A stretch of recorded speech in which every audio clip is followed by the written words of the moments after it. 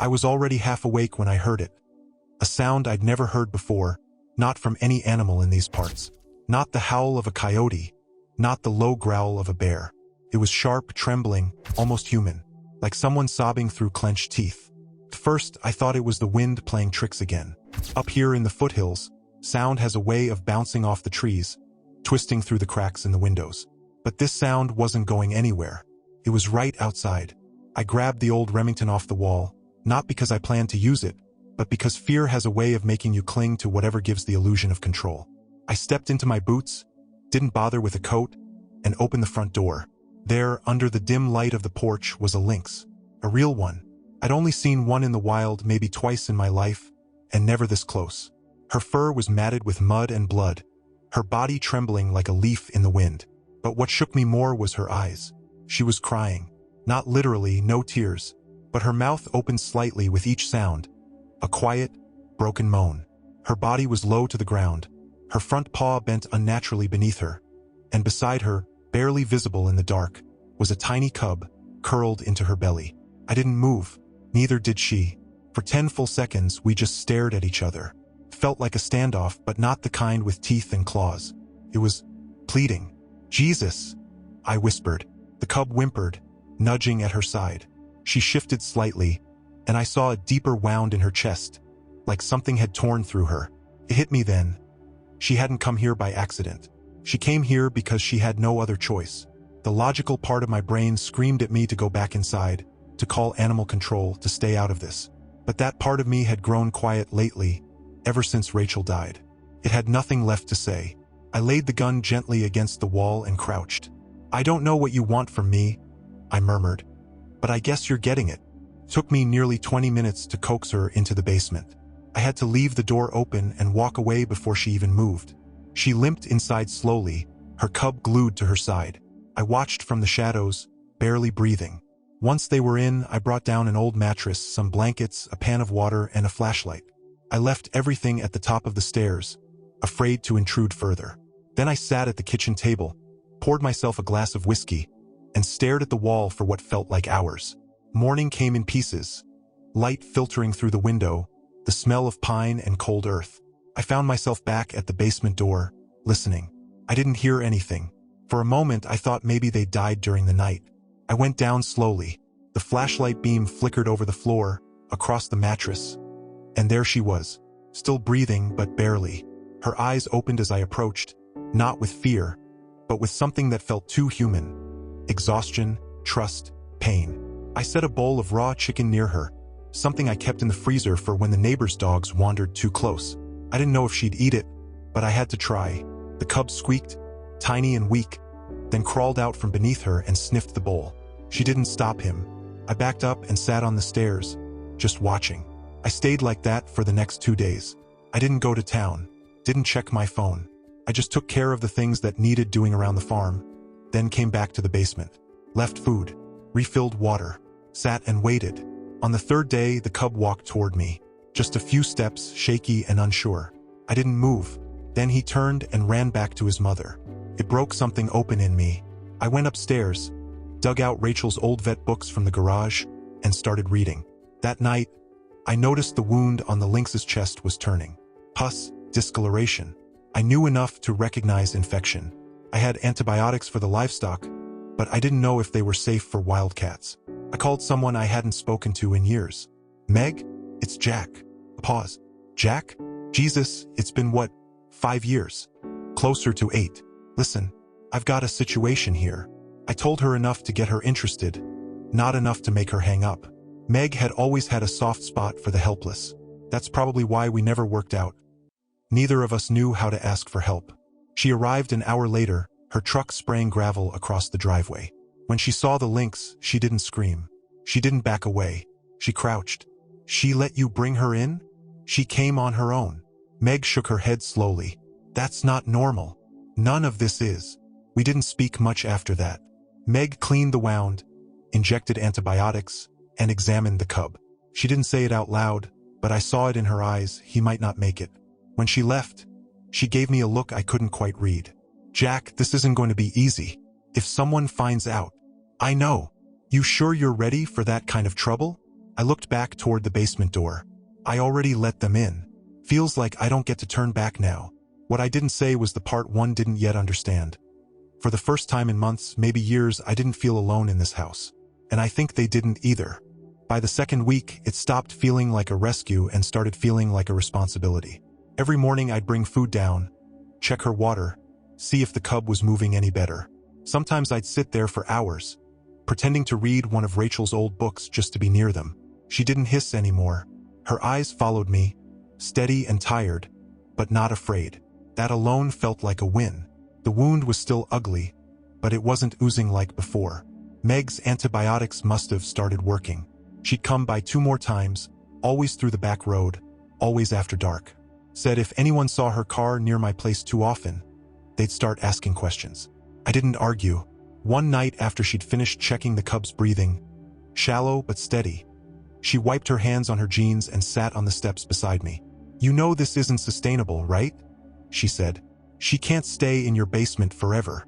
I nodded, not taking my eyes off the lynx. "She needs to go back to the wild once she heals. That's where she belongs." "I know, but I didn't feel it." She looked at me carefully, then added, "Jack, I know why you're doing this." That pulled my attention. "You think helping them will fix something in you," she said softly. "I get it, but you also have to know when to let go." "I didn't ask for therapy, Meg." "No," she said, standing. "But you needed it anyway." When she left, I stayed in the doorway longer than I needed to. The cold air felt good on my face. The house behind me felt heavier than ever. Later that night, I pulled out an old photo album. It had Rachel's handwriting on the first page, loopy, stubborn script. There were pictures of our wedding, the cabin we'd built before the farmhouse, and one I'd forgotten about. Rachel holding a fox kit in her arms, smiling like she could light up the whole damn forest. She always brought home strays. Dogs, cats, one time even a crow with a broken wing. I used to tease her for it, say we were running a rehab center instead of a home. But now I couldn't remember why I ever wanted the animals gone. I brought the photo down to the basement and left it on the table just outside the gate. The lynx didn't move, but her ears twitched. She saw it. I know she did. The next morning, she ate while I was still in the room. No growling, no glances, just ate. And just like that, the fear started turning into routine. The cub, though, he was struggling. Weak legs, constant sleep. Meg said he was too young to fight off infection, and the antibiotics were already pushing it. I felt helpless watching him. That's when I built the enclosure outside. I didn't tell Meg. I knew she'd try to talk me out of it, but I couldn't stand the idea of them stuck underground. I cleared a corner of the barn, built high wire walls, padded the floor with straw and old blankets, and left a hatch at the bottom so they could crawl in and out from the basement if they needed. The first time I opened the door and stepped back, she didn't move, but the cub sniffed at the threshold, curious. Took him a whole hour to finally step onto the straw. She followed, limping behind. Watching them stretch in the sunlight, it hit me in the gut, like I'd forgotten what warmth looked like on another living being. That's when the noises started. At first, I thought it was nothing, just wind, maybe a raccoon around the trash bins. But on the third night, I heard it again. A twig snapping. Then silence. Then the sound of tires crunching slowly down the gravel road. No one comes down that road at night. I killed the porch light and stood at the window watching. A pair of headlights maybe 50 yards away, then gone. No engine noise, no movement. Just dark. The next morning, I found fresh boot prints behind the barn. That afternoon, Meg came by. I didn't mention the tracks at first. Didn't want to sound paranoid. But after she checked the lynx, I asked, "You told anyone?" "No." "Why?" "Someone was here last night." She froze. "What do you mean?" I showed her the prints. Her face changed. "Jack, I heard a rumor in town. Couple of guys talking about a lynx sighting up in the foothills. One of them had a trail cam photo, but it was blurry. So if they think there's money in it, they'll come looking. Exotic pet trade, black market, you name it." My fists clenched without thinking. "I'll handle it." "Handle it how?" "I don't know, but they're not taking her." Meg sighed, rubbing her temple. "You're playing with fire, Jack." "Maybe, but I've already been burned. I'm not letting it happen again." That night, I slept in a chair next to the basement door, shotgun across my lap. No dreams, just waiting. And the whole time I kept thinking about what Meg said. You have to know when to let go. But what if letting go meant leaving them to die? What if this time letting go wasn't the brave thing, but the cowardly one? Outside, the cub coughed again. His mother pressed her nose to his fur, eyes blinking slow and heavy. And somewhere, in the woods beyond my fence, someone was watching. I could feel it. It started with a knock. Not the kind you expect on a Sunday morning. This one was slow, deliberate. I opened the door with the same tired caution I'd grown used to, only to find a man I didn't recognize standing on my porch, dressed in camo from head to toe. He didn't smile. "Mornin'," he said, glancing past me into the house. "You seen anything strange out this way? Lot of folks been talking. Rumors of a big cat roaming near the hills." I kept my face neutral. Cougars sometimes pass through. Nothing new. He nodded slowly. "Funny thing is, someone said they saw tracks near your fence. Big ones. Fresh. Could have been a dog. I get strays from the town." He gave me a look. One of those looks you remember from high school locker rooms or bar fights. Baited, waiting. "You mind if I take a look around?" "I do, actually." A pause. Then a tight smile. "Didn't mean to overstep. Just looking out." He walked back to his truck, slow and calm, but I caught him glance once more at the barn. Then he drove off without a wave. I waited 10 minutes, then circled the property. That's when I saw the first trap. Old school, iron jaws half buried in pine needles, hidden just enough for something or someone to step in by accident. I found 2 more behind the barn, near the path I used to sneak feed to the enclosure. I pulled them out with a shovel and chucked them into the creek at the edge of my property. My hands shook afterward. Later that day, Meg called. "Jack, you need to hear this." "Yeah." "A buddy of mine in the forestry office. He says there's a quiet sweep going on. Some anonymous tip about someone keeping a lynx illegally. They're sending inspectors up to the ridge this week." My heart thudded. "Did he say when?" "No, but soon. You have to be careful. They won't find anything." Meg hesitated. "Unless they talk to the wrong person." I didn't have to ask who she meant.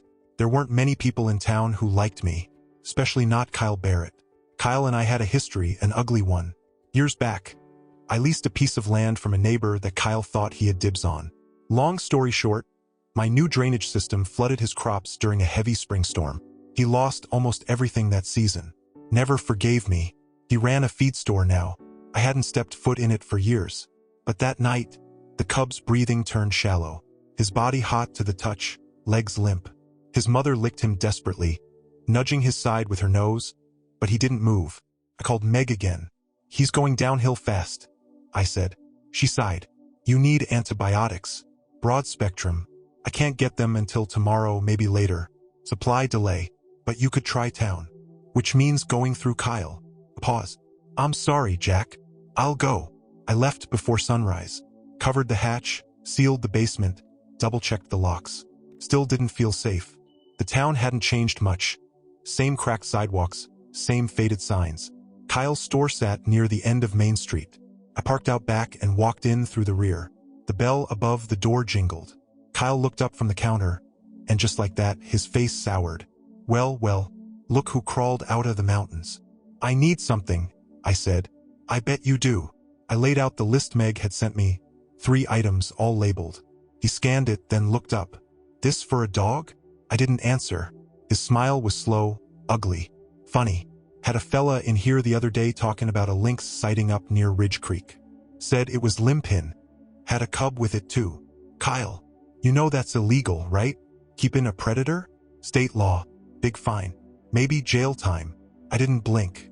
"Do you have the meds or not?" He stared me down a second longer, then disappeared into the back. Came out with a small box. "These'll cost you double." I handed him the cash, took the box, and turned to leave. "You should watch yourself, Jack," he said behind me. "Out there all alone. Lot of folks don't like trespassers in their woods." I didn't answer, just walked out, got in my truck, and drove. It was almost sunset when I got back. Something felt off before I even stepped out. The birds were quiet. The wind wasn't. I unlocked the door fast and ran to the basement. The hatch was open. Inside, the blankets were scattered. The food bowls overturned. A trail of blood ran across the floor toward the wall. I spun around, shotgun up, but nothing moved. Then I saw it. The basement window, barely a foot high, was cracked open. One pane missing. A footprint below it. A boot print. Someone had been here, and I didn't know if they were coming back. The blood trail wasn't deep, more of a smear than a pool, but it was fresh. Whoever came through that window had been hurt. Whether by the mother or by accident, I didn't know. What I did know was this: the clock was ticking. I sealed the window with plywood that night, reinforced the door, and moved them both back into the old storm shelter beneath the barn. Less cozy, more secure. The lynx didn't resist. She stayed close to her cub, never more than a few inches away. He was breathing barely. The medicine from town might have bought us time, but that was all it did. Buy it, not promise it. The next morning, Meg showed up unannounced. I hadn't called her. Maybe she'd felt it in her gut. She always had a sixth sense for when things turned sideways. She stepped into the kitchen and didn't even take her jacket off. "I heard someone got scratched up pretty bad last night," she said. "Came into the clinic just before sunrise. Said it was a coyote, but the wounds? Deep, clean, feline." I didn't say anything, just looked at her. "Jack," she said, softer now, "you know this changes everything." She was defending her cub. "I'm not saying she's dangerous. I'm saying it doesn't matter. To the law, to the inspectors, they find out an animal attacked someone on your property. She'll be put down. You'll be fined, maybe worse." I turned to the window. The trees looked different now, like they were leaning in, watching. "So, what do you want me to do?" I asked. Meg stepped closer. "Turn her in before they find her. It'll look better. Maybe they'll relocate her, maybe not. But this, hiding her, it's a dead end, Jack." I sat down, hands clasped. "You know what's funny?" "What?" "I used to think I'd die in this house. Alone. Quiet. Like the end of a long story no one was reading." She sat across from me, patient. But then she showed up. And suddenly, there was something alive here again. Something fighting to stay alive. Something that didn't care who I used to be. Meg looked at me carefully. "And who were you, Jack?" I hesitated. "Someone who didn't know how to show up when it mattered." Her face softened. "My brother, David, he was in trouble a few years back. Called me from a payphone outside Boise. Needed help, money, a place to crash. I told him I couldn't. That things were too messy on my end. I swallowed hard. He OD'd that night. Alone." Meg reached out but didn't speak. I keep thinking, if I had just picked up the truck keys. Silence held us for a while. I didn't show up for him, but I can show up for her. Meg let her hand fall. "What are you saying?" "I'm letting her go. Tonight. Before they come back. You'll never see her again." "I know." She nodded slowly. "I'll help you." We waited until after sundown. I loaded the mother into a dog crate wrapped in canvas and lashed tight. The cub, he was the hard part. Still too weak to move on his own, but his eyes tracked us. Alive. A spark. We drove 2 hours west, up a winding trail that Meg knew from years of fieldwork. No roads, no houses, no people. Just forest. It was almost midnight when we stopped. I cut the engine. We opened the crate. The lynx stepped out slowly, crouched low, eyes darting. She sniffed the air, then turned back toward the truck, toward her cub. I knelt beside him, wrapped him gently in a towel. He was light as a feather. I walked to her, stopped 5 feet away, and laid him down. She came to him instantly, nuzzled his neck, gave me one last look. Not thankful, not angry, just final. She nudged him gently once, twice, then tried to pull him upright with her teeth. He flopped back down. Again she tried. Again he didn't stand. Meg whispered, "He can't make it out here." The lynx looked up at us, made a sound I'll never forget. It wasn't a growl. It wasn't a hiss. It was grief. She circled him twice, then laid down beside him, chest rising and falling in tandem with his, as if willing him to breathe better. I stepped back, couldn't watch. "I can't leave them like this," I said. Meg didn't argue. "So we don't." We built a lean-to nearby, covered them with a tarp to keep the dew off. Meg stayed with them through the night. I sat by the fire, holding a branch until it burned down to ash. Sometime near dawn, the cub stirred. His leg twitched. Then again, the lynx sat up, alert. He opened his mouth. Just a tiny breath, but it was something. Meg smiled. "He's trying." I exhaled. For the first time in days, maybe weeks. But I also knew we weren't out of the woods. Not yet. And I had a farm with a broken window and bloody blankets to return to. "I'll come back in 2 days," I said. "Bring more meds, more food." Meg nodded. "I'll stay till then." I looked at her, really looked. Thanks, Meg. She just smiled soft. This time you showed up. If you love stories about wildlife rescue, click the subscribe button below. Here's how the button looks on different devices. Every subscription helps spread these stories and raise awareness. The more people know, the more animals get the help they need. And remember, subscribing is completely free. Click subscribe now and join us in protecting wildlife. The wind had picked up by the time I left the forest. I drove home with mud on my boots, smoke on my jacket, and the image of that tiny twitch in the cub's leg burned into my memory. I wasn't sure what it meant, but it was enough to make me hope, and that was dangerous. Hope makes you vulnerable. Hope makes you stay. And I'd spent years doing the opposite. Building fences, shutting doors, keeping people and animals at arm's length. That twitch, though, it cracked something open. I parked the truck far from the house, walked the last stretch in darkness. The porch light was busted. I didn't bother fixing it. Not tonight. Inside, the air felt colder than it should have. Maybe it was just the emptiness. Or maybe the walls were beginning to feel the weight of everything I'd carried back with me. Ghosts don't always knock, they just settle in. I didn't sleep, just sat at the kitchen table, listening to the creaks and groans of the place. Waiting, the same way I used to wait for Rachel to come through the front door after her late vet shifts. Back then, I had something to wait for. Now, I wasn't so sure. 2 days later, I returned to the woods with more meds, more food, and a bundle of straw for bedding. The trail Meg had shown me was muddy now, thick with runoff. Halfway up, I almost turned back. My knees were sore, my back ached, the kind of pain that reminds you you're not young anymore. But something pulled me forward. Then I heard it, a soft mewling. The cub was outside the lean-to, stretched in the sun, wobbly but upright. His fur had a healthy sheen now, and though he still stumbled, he no longer looked like death was at his heels. Meg looked like hell, red eyes, dirt-smudged sleeves. But when she saw me, she smiled. He stood up yesterday, she said. Only for a second. Then again this morning. I think he's turning a corner. I couldn't help it. I laughed.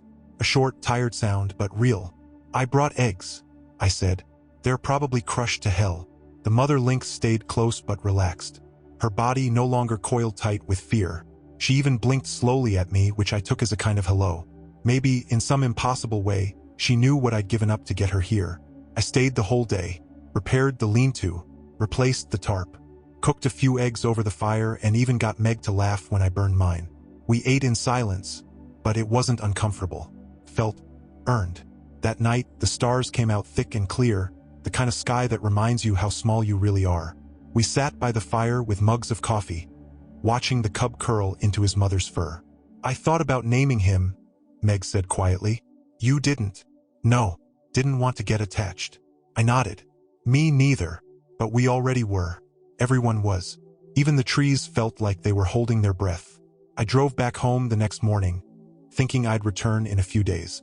I left some food, enough straw to last, and a note on the side of the shelter in case anyone stumbled upon it.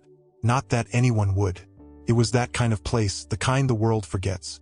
But when I did return, they were gone. The lean-to was empty. No blood, no signs of struggle, just paw prints in the dirt leading toward the tree line. Deliberate, steady. They'd moved on. I stood there longer than I should have, listening, hoping for a sound, a flash of fur, a goodbye. But I knew better. Wild things don't say goodbye. They survive, they adapt, and they leave. That's their gift and their curse. And maybe that was the point. Maybe I wasn't supposed to see them again. Winter came early that year. Harsh, heavy. The snow covered everything like a secret. I kept the basement empty, though I checked it sometimes without thinking. Just habit. Old muscle memory. I spent a lot of time chopping wood, fixing things that didn't need fixing. Anything to stay busy. The silence in the house had changed. It wasn't loneliness anymore. It was something more peaceful, like the place itself had exhaled. The town never traced the attack. Kyle never showed up again. Maybe he'd gotten the message, or maybe he just moved on. Either way, the quiet was a gift I didn't question. Meg and I stayed in touch more than we used to. She even came for dinner once, though we didn't talk about the lynx. Some things don't need to be spoken to stay alive. We talked about other things, her new rescue work, the clinic, how she'd been thinking about leaving the town for good. I told her if she ever needed a place to crash, she knew where to find me. Then came spring. The air shifted. The snow melted fast. The creek behind the house roared back to life. The birds came back, louder than ever. I built new garden beds and patched up the roof. Life felt like it was creeping back in.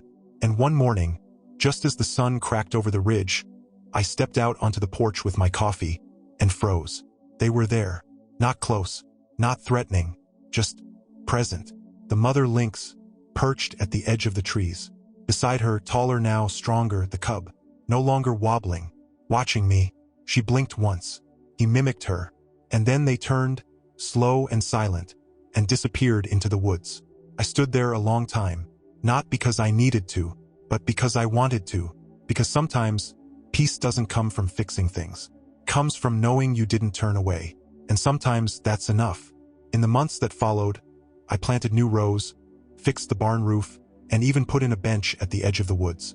I'd sit there in the mornings with my coffee, just in case they came back. They didn't, but I think that was okay. They didn't need saving anymore, and maybe I didn't either.